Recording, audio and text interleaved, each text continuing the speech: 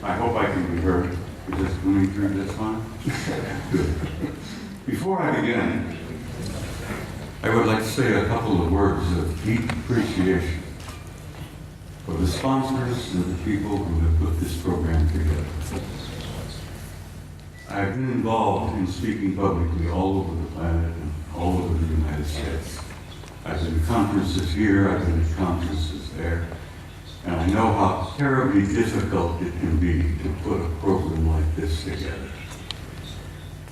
And I have to say, I have tremendous respect and admiration for the people who've done this. Most of all, I respect their courage for dealing with a subject like this, where most of the elite leadership and the power groups of the world want this subject to go away. And these courageous young men who have put this together are brave, and they deserve my respect and your admiration. And I want to say I thank you because I know what you've been through.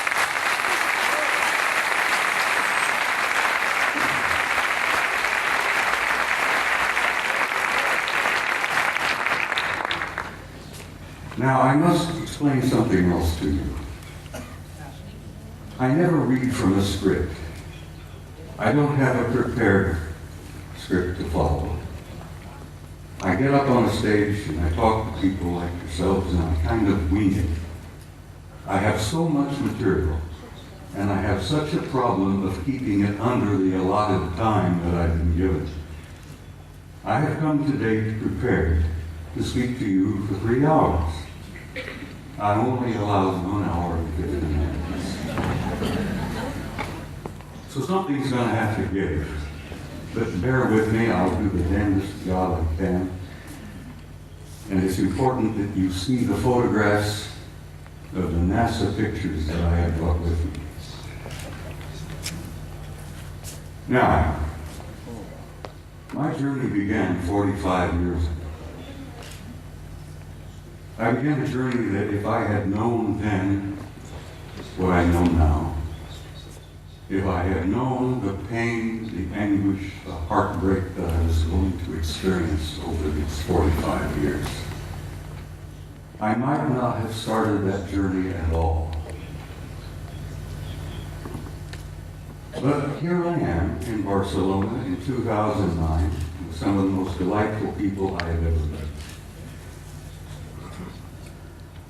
And looking back, I find that the journey was worth the effort. It was worth the pain, it was worth the heartbreak. And I'm delighted to be here. And I'm delighted to see all of you out there. And this is such an encouragement to me that people are beginning to demand the truth. They know they've been lied to from the very beginning. And they want to know. And I'm going to here this afternoon hopefully contribute one small measure to helping you understand and helping you know. Most of my adult life, or most of my first part of my adult life, I was a professional soldier. I was in the Army. I joined the Army in 1950 to avoid the draft. Ended up going to Officers Candidate School, and so help me God, while I was going to OCS at Fort Riley, Kansas, the North Koreans invaded South Korea, and the next thing I know, I'm on the front lines of Korea being shot at by a bunch of pissed-off Chinese and North Koreans who tried to kill me. And I had nothing against them. I didn't want to kill them. Here I am, 1951, leading combat troops in Korea in one of the bloodiest wars we've ever had. And the rest, I guess you could say, is history. I led combat troops in Korea in 1951. I spent 27 years on active duty, and I also was involved in the war in Southeast Asia in 1970, where I was part of an organization that gathered intelligence in the jungles of Southeast Asia, South Vietnam, Laos, Cambodia. And let me tell you, some of those years were rather harrowing. The most harrowing experience I was to have was when I was assigned to Paris, France in 1963 to what we considered in those days a plush assignment, a plum assignment. I was able to go to Paris, France, take my family with me, and my children went to high school in Paris. And as I said, it was a plum assignment. I had no idea what I was to find when I got there. When I arrived in the summer of 1963, I arrived with a top secret clearance. When I arrived at Supreme Headquarters Allied Powers in Europe, which was located at that time at a small town known as Roquencourt, right outside of Paris, my security clearance was upgraded to cosmic top secret, which was then and still is today the highest level of security classification that NATO has. I had to have a cosmic top secret clearance to work in SHOC, Supreme Headquarters Operations Center, the war room. I was a senior master sergeant at the time, and when I was assigned in SHOC, I was given the job of maintaining the duty roster. We worked on a 24-hour basis, day after day after day. And I was given the job of running the duty rosters, and I worked in SHOC. And back in those days, let me tell you, the war rooms were somewhat primitive. You've seen pictures today, I'm sure, of the control centers of most major installations like SAC in Colorado Springs.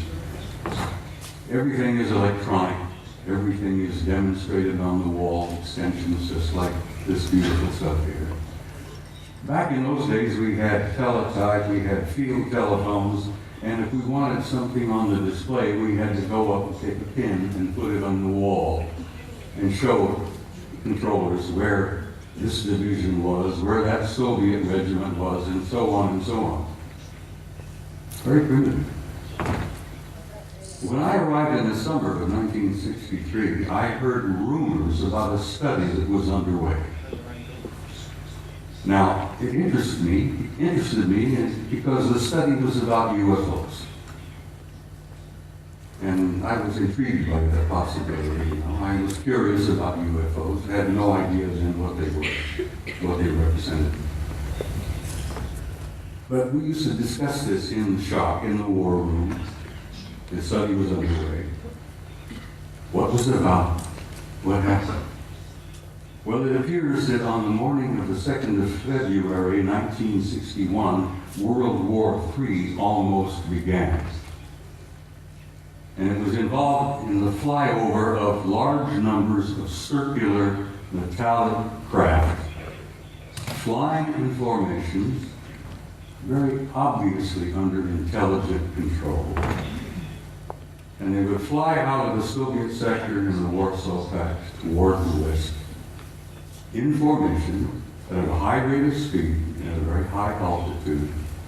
And they would turn north over the English Channel, over the southern coast of England, and then they would disappear off of NATO radar over the Norwegian Sea. On that morning of 2nd February 1961, World War III almost began. The Soviets went on red alert. The NATO forces went on red alert. Everybody was, fingers on their triggers, thumbs poised above those red buttons. And World War III was just moments away. Within 20 minutes, it was all over. The objects flew, turned north, disappeared off radar. It was all over. After this event occurred, a British Air Marshal by the name of Sir Thomas Pike, who was a Deputy Supreme Allied Commander in Europe at that time. He was the deputy to my boss, General Lyman Lendisser, an American four-star general who was known as SACEUR, Supreme Allied Commander in Europe. Air Marshal Pike says, "I've had enough of this. These objects have been showing up regularly from time to time. And as I said, they almost triggered a war." Air Marshal Pike said, "We're going to have to come to terms and find out what the hell's going on here. I want to know." So he began a study. He initiated a study in SHAPE headquarters that was to last 3 years. They published it and they issued it in the summer of 1964 while I was there working in the war room. They titled it An Assessment, an evaluation of a possible military threat to Allied forces in Europe. So it had from title, just couldn't learn very much about that. An assessment, an evaluation of a possible military threat to Allied forces in Europe. I was working in the war room one early morning around 2 or 3 o'clock, and as I jokingly used to refer to it, the coffee was too black to drink. We read all the newspapers, magazines. Many of you have heard military life is about 99% boredom, broken up with 1% of sheer terror. And that's the way it used to be, and that's the way it probably is used today. I'm sitting there nodding off, and this American Air Force full colonel looked at me and he says, "Wake up." He went over to the vault. The vault, the shop, was a walk-in safe. We opened the door and walked in, and we got classified documents in there. The colonel went over to the vault, the file, and pulled out this document and threw it on my desk, and he says, "Read that, that'll wake you up." Ladies and gentlemen, my life changed. I opened the first page and I couldn't put it down. I read and read and read, and I read it every time I was on duty in the war room. I was shocked, I was stunned by the implications of what I read in that study. And as I said, my life has never been ever quite the same. The study, briefly, and I have to briefly lay this out. I could talk for 2 hours about this, but the study simply concluded this. Is there a threat to Allied forces in Europe? Apparently not. They concluded that the planet Earth and the human race had been under some kind of survey or observation going on for hundreds, if not thousands of years. They concluded in 1964 that there were at least 4 different groups coming here, observing us, surveying us, analyzing us, closely watching us, what we were up to, what we were doing. They concluded that there did not appear to be a military threat involved because the repeated demonstrations of incredibly advanced technology demonstrated to us that if they had been hostile or malevolent, there was absolutely nothing we could do. If they were evil in their intent and they were hostile toward us, it would have been over a long time ago. So, the conclusion was there were 4 different groups involved. They had been coming here for a very, very long time. Apparently, they were not malevolent or hostile. The question was, what the hell are they doing here? Why are they here? And why are they interested in us? Well, they did not know in 1964 what their agenda or their motives were, and I will tell you honestly and frankly that even today, our authorities, our senior military, our national security people still don't totally grasp what their motives are, what their agendas are. Well, this study in 1964 was simply a beginning for me. As I said, I was never quite be the same again. As I jokingly say, I used to be a normal human being. And after I read that study and launched on my 45 years of research, I lost all aspects of normality.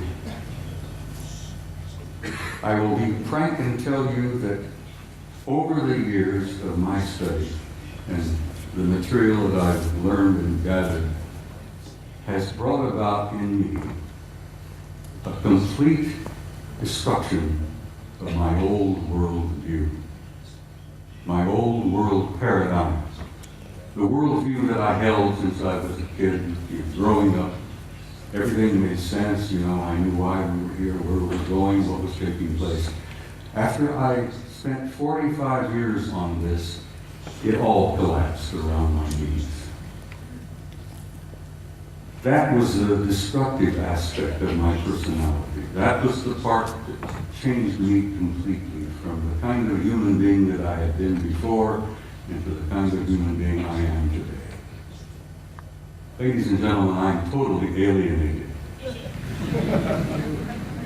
No pun intended.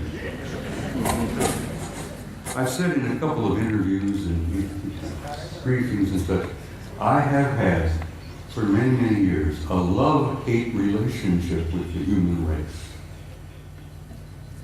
One moment I love you, the next minute I hate your guts. One minute I adore you for your potential and the beauty of your music and your literature and your art, and the next minute I'm saying, to hell with all of you, blow them up, let them blow themselves up, clean the planet off, get rid of them. It's part of the struggle of having lost your old worldview when your old paradigm collapses around your knees. So the man standing in front of you here today is literally a human wreck as compared to what I used to be. But I feel pretty good about it. I lost all my old illusions. I opened my eyes and I saw the future. And I'm very happy about what I've seen. I've learned over the years from infinitely variety of sources here, there, and everywhere. I didn't retire from the Army until 1976, and I kept my top secret clearance up until that moment. After I retired, I went to work for the Federal Emergency Management Agency and worked another 14 years for the U.S. government, where I had a top secret clearance. So I have a total of 41 years of federal service, you might say. But I learned things over the years that literally still today stun me and shock me. I've learned that the human race is a hybrid race. I've learned that we are not merely alone. We have never been alone. We have had an intimate interrelationship with advanced extraterrestrial intelligence from the beginning of our history. And let me tell you that that intimate interrelationship is still going on.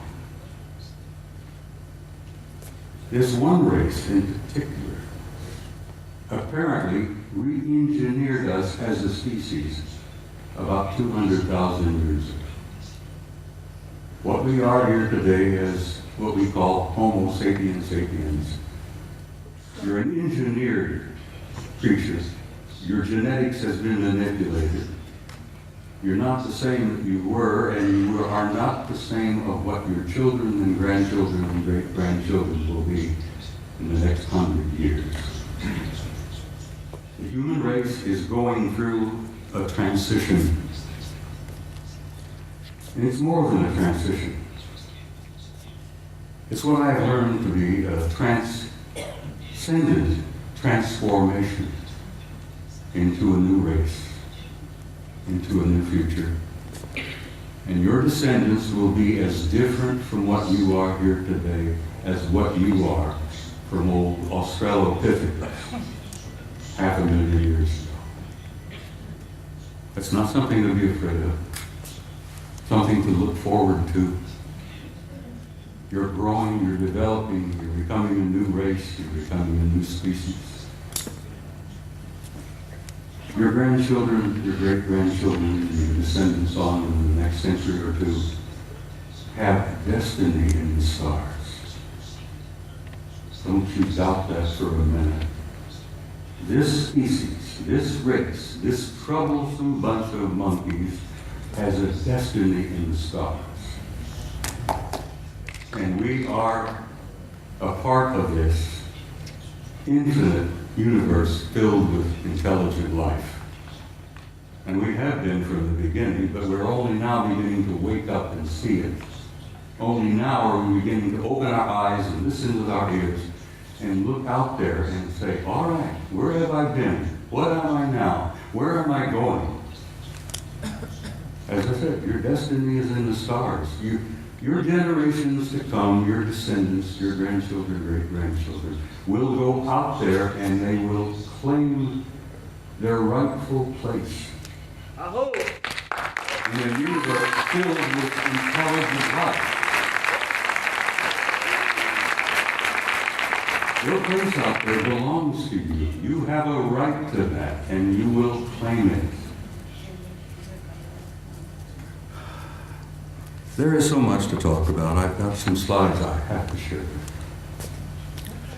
Would you gentlemen please put the first picture up on the screen? I'm being assisted by some very wonderful people back behind the scene here. I like to start with a shot like this.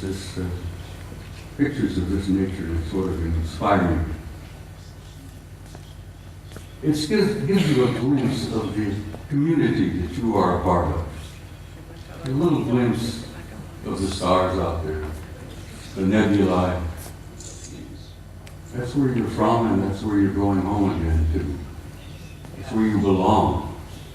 Next picture, please. I love these pictures. They're so beautiful. I have some of these on my wall at home. But they inspire me. I look at them and I have a sense of recognition that I've been there before. And I know that I'm going back. But something happened in my country over the last few years that I'm very, very troubled by. Just last week, the United States celebrated the 40th anniversary of putting a man on the moon.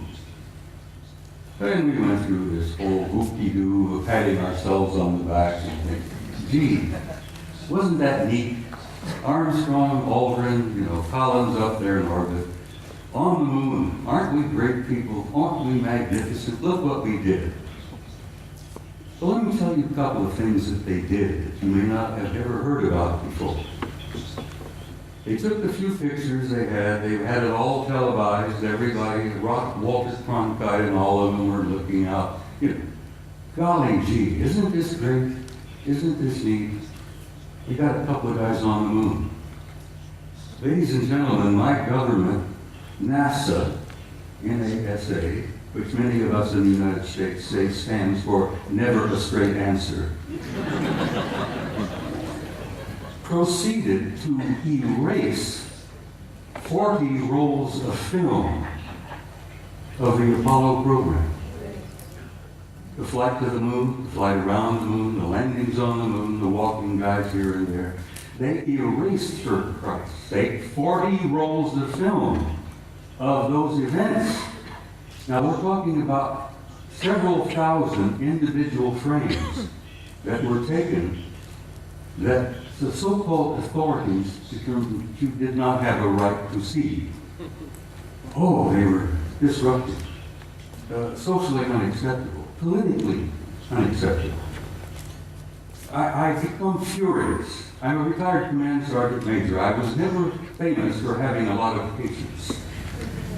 The idea when I found out that they had erased 40 rolls of film involving several thousand individual shots about what really happened up there, I became so furious that I could have punched the director of NASA in the nose. I try to be, I'm not a dangerous man. I like to tell people that, like Henry Deacon in My Fair Lady, I have the milk of human kindness by the quart in every vein. So I really am a gentle man.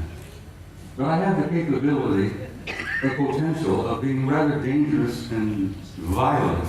And these lies and these cover-ups that I've learned about firsthand over the years literally infuriate me. And I hope it infuriates you, because these authorities, these nitwits in high positions of power, who are proceeding to spend all the money that the American people make for their own use, for their own private programs, and then lie through their teeth about what the truth really is. Well, thanks to the idea that there were a few employees in NASA 40 years ago, even today, there are some good people working there, decent people, honest people. I have some film that they preserved that was not destroyed. So I'm going to put up the next picture for me.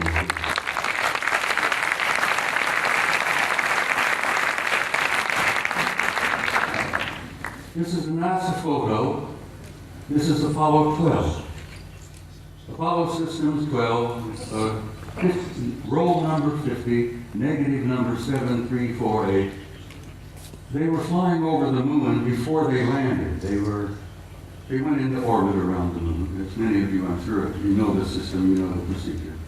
They went into orbit around the moon, and while they were there in orbit around the moon, a number of anomalous artifacts began showing up, showing interest in them. Next picture, please. This picture was taken by Neil Armstrong while they're looking out of the window of their little craft. This object flew by. There's the moon in the background, of course. There's this object that flew by the window of that little craft that they were riding in. Neil took the Hasselblad camera that he had, put it up to the window, and snapped this picture. Next picture, please. NASA Apollo 12. Roll 51, negative number 8653, something like that. Now this is a good-sized object. This is several hundred feet in diameter that came up next to the lander, flew along beside them for a time. The guys in the Apollo crafts put their camera to the window and snapped the thing. And I've always jokingly said there were guys inside of this taking pictures of the NASA. We were photographing them, they were photographing us. Next picture, please. Photo NASA Apollo Systems number 14, Apollo 14. Roll 70, negative, what is it, 9837, I think, or 8827, I think it is. This is the Landsberg crater on the moon. The guys in orbit above the moon were particularly fascinated by Landsberg. They had been given a special assignment to take pictures of Landsberg because the crater, which they designated as Landsberg, had things going on in the crater that were very anomalous. There was construction going on. There were enormous facilities of the crater up there. So they were specifically designated and assigned to photograph Landsberg to see if they could figure out what the hell's going on down there in the crater on Landsberg. While they were looking at Landsberg, this object happened to express interest in them and flew by. Now this line is an artificial line that was drawn to show you the the direction that this object was going. This is a good-sized object flying past the Apollo lander. God, I'm so glad that some of these were saved. I still get angry. 40 rolls of film for Christ's sake, and they erased them. Anyhow, next picture, please. It's the same photo of Landsberg, but with the next negative, 9838 of this object here, flying by. Next picture. Now we're getting into some nitty-gritty. I'm going to give you just a brief little bit of history here. Back in the early days of NASA and the Apollo program, I got this picture from the Japanese Space Agency, the Japanese NASA. They have a tremendous program going over there in Japan. You know, the Japanese are bright people. So the Japanese Space Agency had signed a contract with NASA years and years ago to buy copies of every picture NASA took during the Apollo program. And I'm sure the Japanese paid a sizable amount of money for this contract. And as the films was developed and the photos were made, and they shipped them off to Japan, and the Japanese have a tremendous reservoir of good, original NASA pictures. They bought them, they paid for them. Now this photograph was released by the Japanese Space Agency, and you can see the Japanese writing here. This was taken by Apollo 13. Now you're all familiar, I'm sure, with Apollo 13. That was the aborted mission that was going to the moon to land, and they had an accident on the way. They couldn't land. They damn well barely got back. While they are on the way to the moon, here's the moon, a number of things began happening. Some strange objects were appearing outside the windows of the spacecraft. And guys, they grabbed their Hasselblad camera and started taking pictures. This photograph shows 3 different objects. This looks like a circular object with an enlarged dome on top. This is a smaller object, a circular kind of disc-shaped craft. But coming in from the right margin of this particular picture is this. Next picture, please. Here we are. This is a blow-up of the positive in the photograph. And here is a blow-up of the negative of this object here. Ladies and gentlemen, this particular object is 5 miles long. And I'm tempted to use the term big mother. No pun intended, but it appears to be a mothership.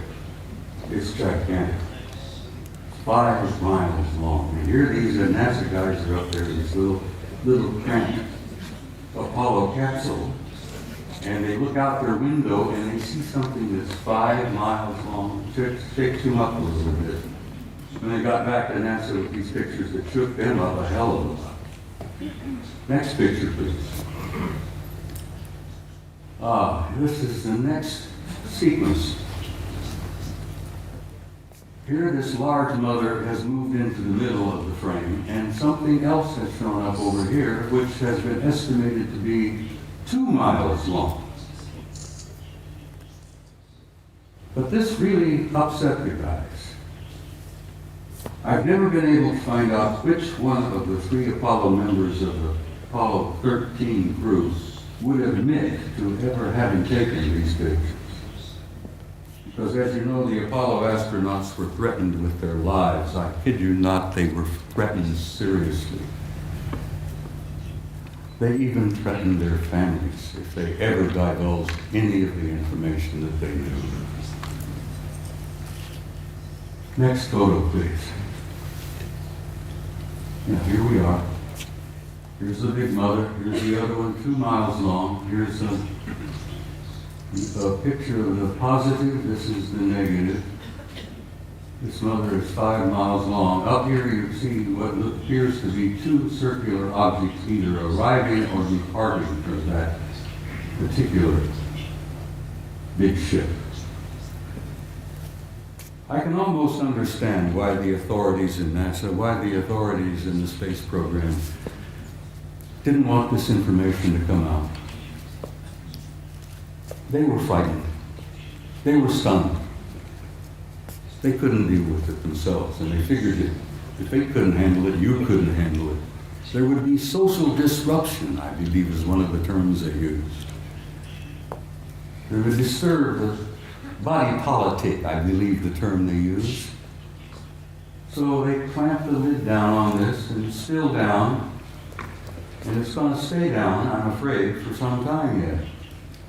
Until people like yourselves and people like me and the rest of them here on the stage, by pushing and prodding and chipping away at this lie and this secrecy, eventually we will succeed. And don't you doubt that for a minute.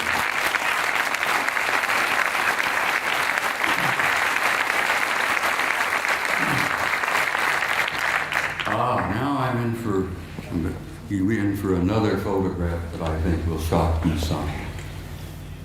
In 1980, NASA, never a straight answer, launched the Voyager program to Saturn. They launched this little mechanical spaceship filled with cameras and film and so on. Wanted to go to Saturn because something had been going on in the rings of Saturn, around the moons of Saturn, that didn't make a lot of sense. Some anomalous events were taking place in Saturn, near Saturn, at Saturn. So they launched the Voyager in 1980. The pictures they got back from Voyager was so stunning and so shocking that they just locked them up in the safe. Fortunately, I met and developed a friendship with a retired NASA scientist by the name of Norman Bergman. Norman Bergman worked for NASA for about 30 years. He was a technician, a scientist on the Voyager program to Saturn in 1980. Norman decided, after waiting a number of years, for NASA and the authorities to be candid and honest and forthright and tell us what they really found up at Saturn. And Norman got so frustrated he wrote a book. Now, he couldn't get it published in the United States. No American publishing house would even touch it. Norman Bergman had to go to Scotland, for God's sake, to Aberdeen to get his book published. And he did publish it. He did succeed. He got his book. It's a piece of genius. It's a beautiful piece of work. And the things that they photographed near Saturn appeared in print for the first time. This is the A-ring of Saturn. And you're all familiar with what Saturn looks like. It's a beautiful planet. It's giant. It's a big one. But it's got rings all around it. Well, this is the A-ring, and here is an object that is self-luminous, obviously artificial, larger than our moon. It seems to be moving all around throughout the rings of Saturn among the moons of Saturn. And Saturn's got a couple of dozen moons. This object here, as I said, larger than our moon, moving all around apparently under intelligent control in the rings of Saturn. Now, try for a moment, if you can, to imagine a kind of a technology that is capable of constructing something larger than our moon, that's artificial, that moves around wherever it wishes to go, that's probably got several thousand guys inside. That is shocking to some people. Next picture, please. This is the piece de resistance, I guess, as the French say. Here you have another self-luminous, artificially constructed object, circular in shape, larger than our moon, that is also moving here, there, and everywhere throughout the rings of Saturn and among the moons of Saturn. You know, there's got to be intelligence aboard. But this is the one that really blew the NASA people on the Voyager program out of the water. This object, this is an object, guys, is 2,000 miles long. It's 400 miles in diameter. And it's an artificially constructed, Norman calls them an electromagnetic vehicle. He says they appear to be making the rings. This is one of the rings of Saturn. I think this is the B ring. Bergman says he thought they were probably making the rings. I said, Norman, you ever consider the possibility they may be mining the rings? Because I think the rings are probably rich in nutrients, minerals probably. And an incredibly advanced civilization, I think, would work out some system of mining those rings for all the minerals that are up there and utilizing them. Because space is filled with wealth, energies of all kinds. They never have to dig another hole in the ground like we do down here. Space is filled with energy. This is 2,000 miles long, and here on this end there seems to be something like an exhaust or a flare of energy of some kind. It's probably a result of engines of some type inside this thing. But whatever it's doing, it's there, and it's a recognition and a representation of an advanced intelligence. And that's one of the things they don't want you to know, that we are confronting and relating with an intelligence that's so far beyond our own.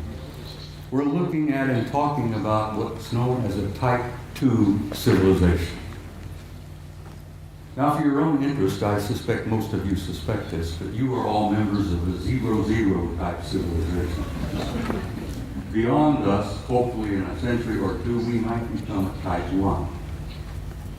But this is a representation of the Type 2 civilization. And Michio Kaku, the famous Japanese-American physicist in New York, has put out this concept about Type 0, 1, 2, 3, and 4 of the kind of advanced cultures and civilizations we will probably meet out there. Well, in probably meet out there, we've already met them. They're here. They're in our midst. So, I think I brought about 15 or 20 of these pictures, but I simply had no time. I don't have the time to show them all. But I've shown a few here, and I think I've piqued your curiosity. And I think most of you are pretty bright people, and you know you've been conned. You know you've been lied to. You're not fools. And I think you know who you are and why you're here and where you're going.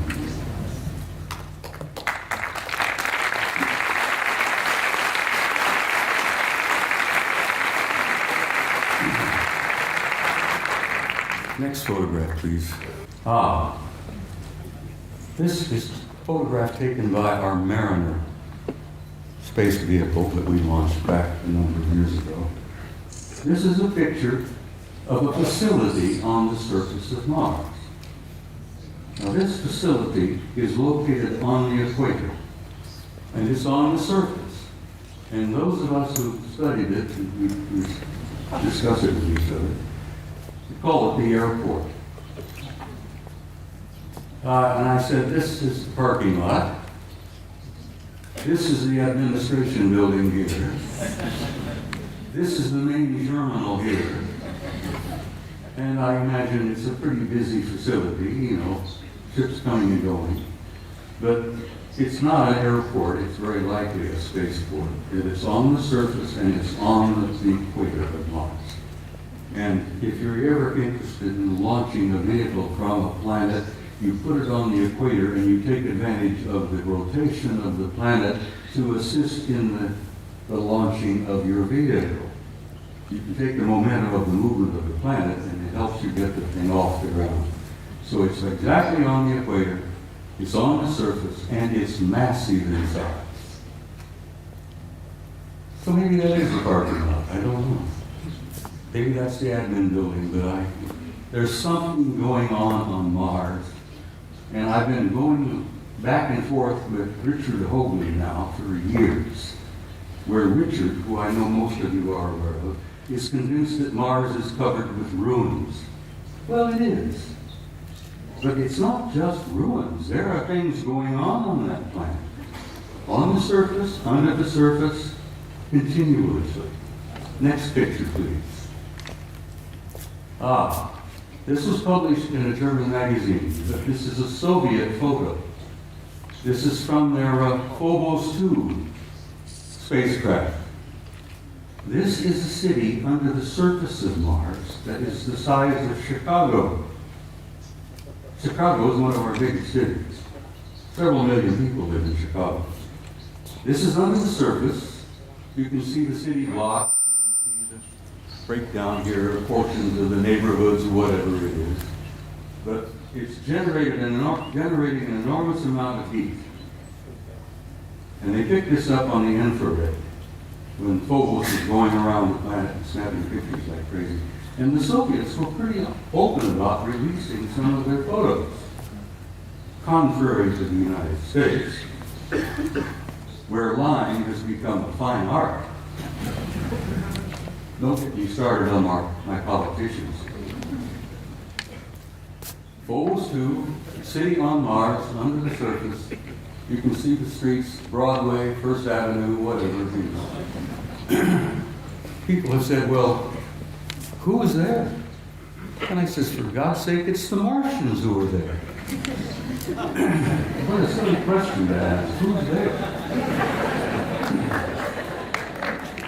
Let's go there. Now, I love this picture.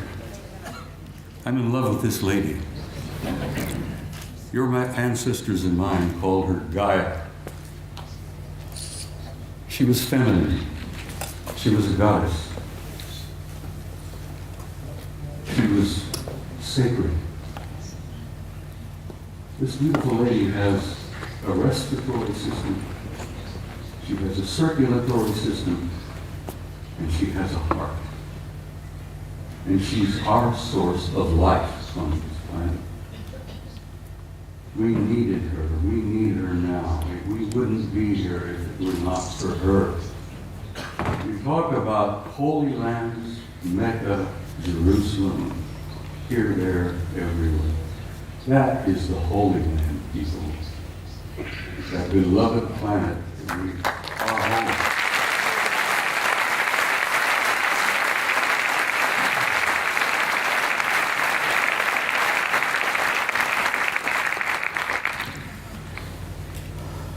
Next picture, please.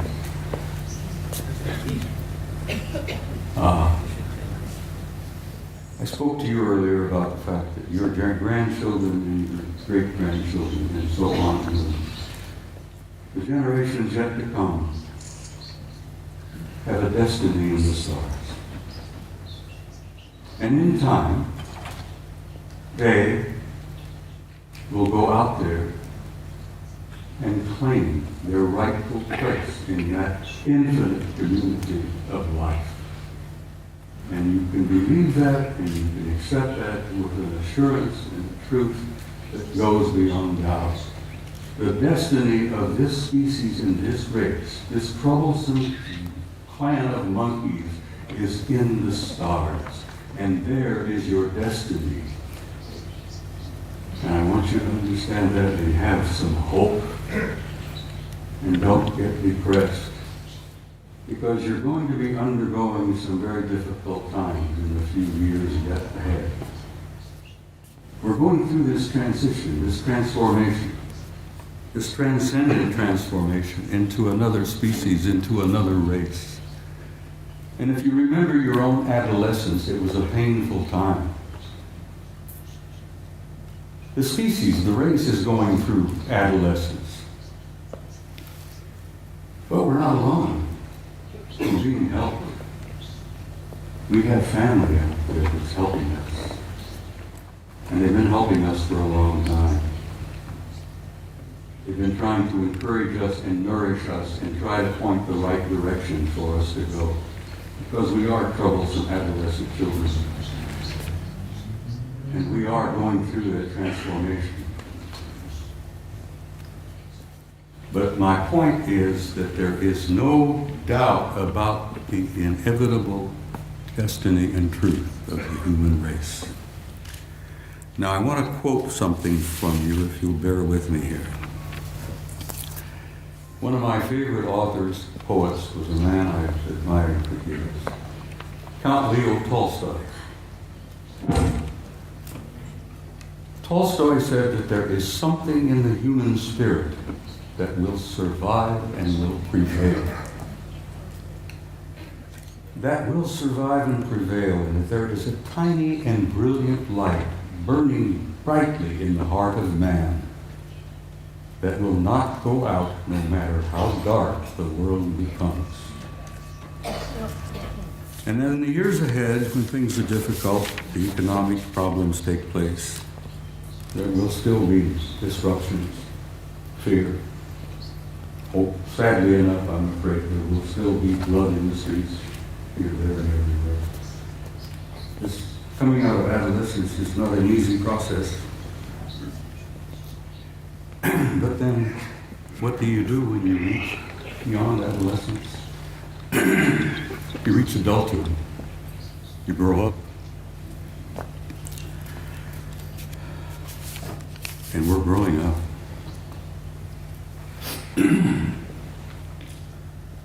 Now, ladies and gentlemen, my journey is coming to an end. But for many of you out there, your journey has just begun. And I want to say something to you before I leave the stage this afternoon.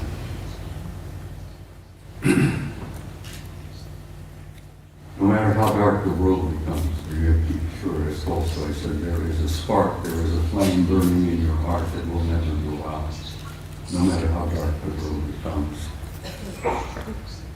And as my journey is coming to a close, and some of you, your journey is just beginning, I wanted to say to you, in a term that I think is absolutely appropriate. You Spaniards have got some beautiful terms and words. Vaya con Dios.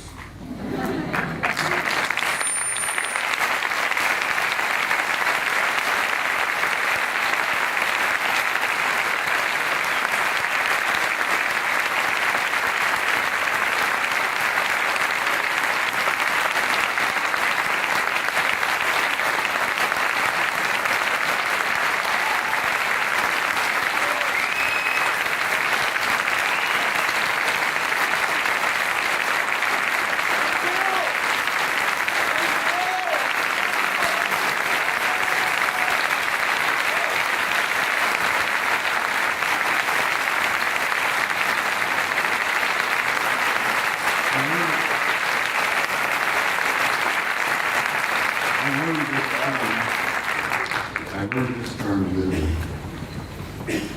I've never been to Spain before. Italy is one of my places that one of my favorite places. I love the Italians. Now I'm learning to love the Spaniards. In Italian, I learned to say this, and I will say it to you. And I understand you know the meaning, but it's very small. In closing, I want to say to you all, ti amo.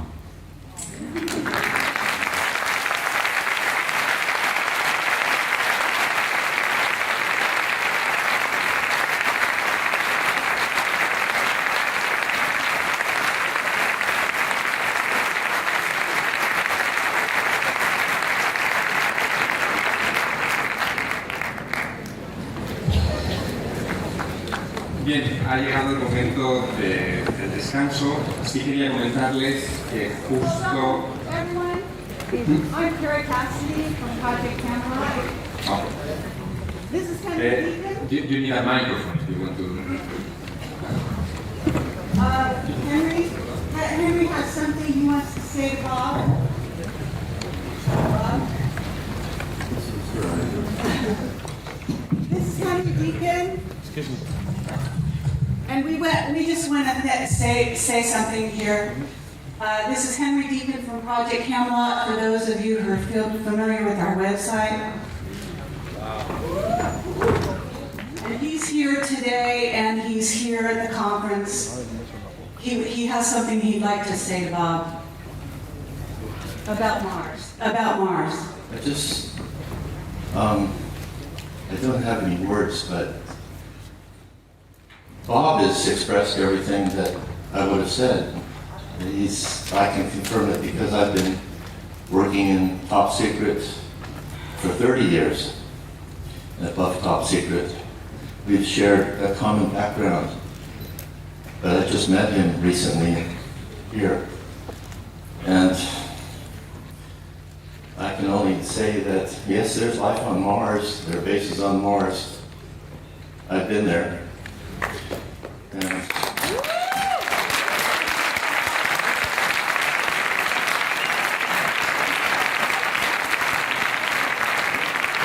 I didn't even get started on telling you some of the things I wanted to share this afternoon about who and what is on the moon and Mars, but Henry does.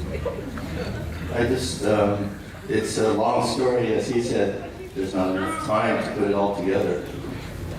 Except that it's a positive story. It's not one of fear.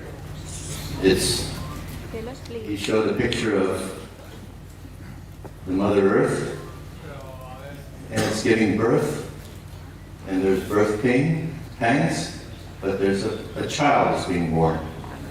And just forget about the fear, because that's just a really temporary thing.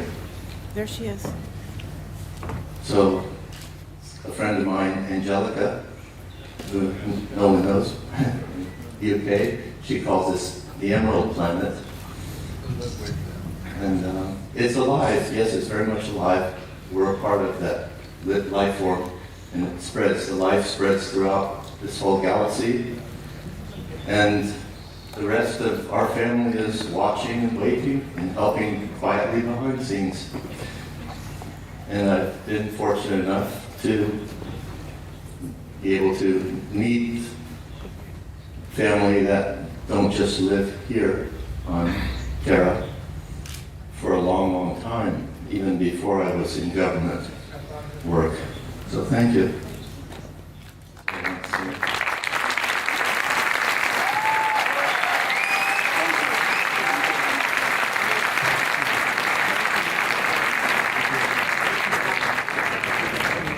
Ladies and gentlemen, am I still broadcasting? Henry Deacon, for those of you who don't know. Am I still broadcasting here? You still here? I'm going to ask. I was going to share a small story with you before I ran out of time. I'm going to ask the gentleman to please bear with me and give me just a few moments.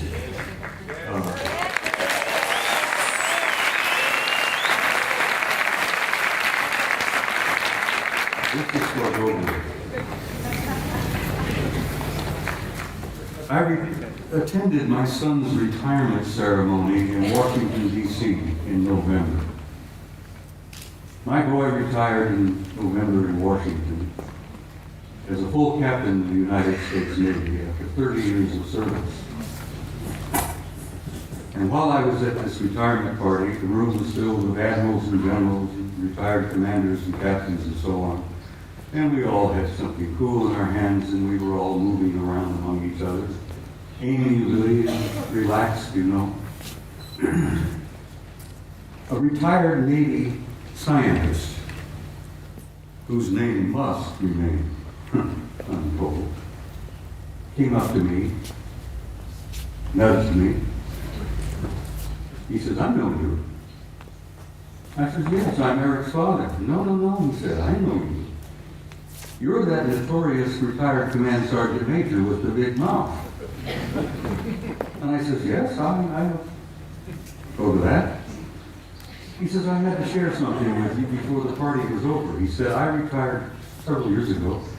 He said, my last job was at a government laboratory in Nevada, a few miles from Las Vegas. He says, I am a plasma fusion physicist. That's my expertise. That's my training, my background, not being a scientist. I go, what? Plasma fusion physicist? He said, yeah, I work at this laboratory outside of Las Vegas. He says, it's not commonly known, but it's a rather secret. He says, I worked 5 years with 2 guys who were not from here. They were from somewhere else. And he says they were delightful people. They were scientists, they were working with us, they were assisting us, they were encouraging us and offering us ideas and possibilities and one thing or another in plasma fusion, which is infinite energy forever. But he says, I got to know them pretty well. And he says, after a couple of years, he said, I went up to one of them and I said, what do you guys really think of us human beings? And this chap, from somewhere, said, well, since you've asked, we think you are how did he word it? A primitive, savage, and dangerous race. And the scientist said, I had to agree with him. We are. We're a primitive, savage, and dangerous race at the moment. The other chap was standing there, who had been listening in. He was also from somewhere. Said, you also smell bad.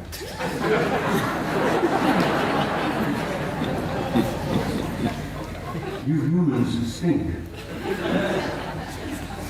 Even nothing personal, mind you, we find that you don't smell good.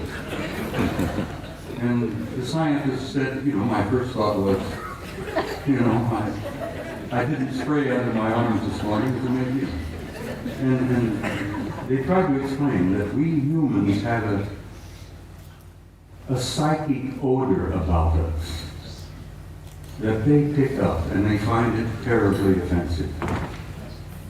But it hit me between the eyes because when I was a boy growing up, my grandmother used to say, if we could only see ourselves as others see us, it would help so much to develop our integrity and our character and all that. And this remark from my grandmother hit me, that we were getting this so-called from a horse's mouth, from one of our extended family out there, that you're primitive, savage, and you're dangerous, but you also stink. And I thought that was humorous, and I shared it with Gogo, and she said, please include that in your presentation. So Gogo, bless your heart, I did that for you, Good night, everybody.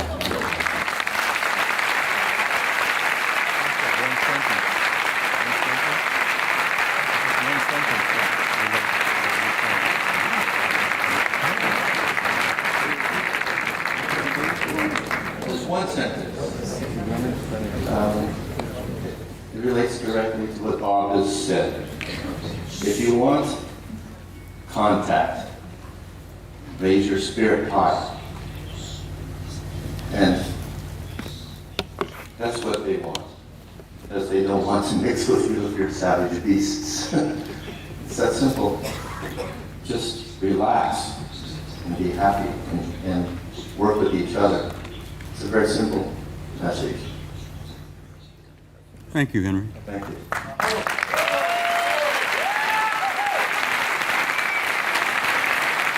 If you want to learn more about Henry Deacon, he is on our site.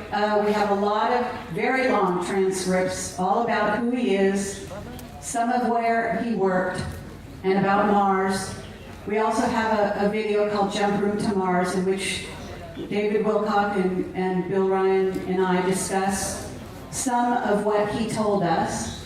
And we're looking for maybe a 15-minute, maybe a half hour tomorrow when Henry Deacon can address you and maybe tell you some of the details. Thank you.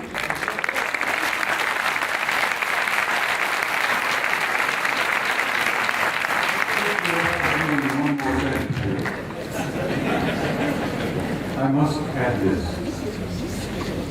I have traveled all over the planet and I've spoken at conferences all over the world and all over the United States.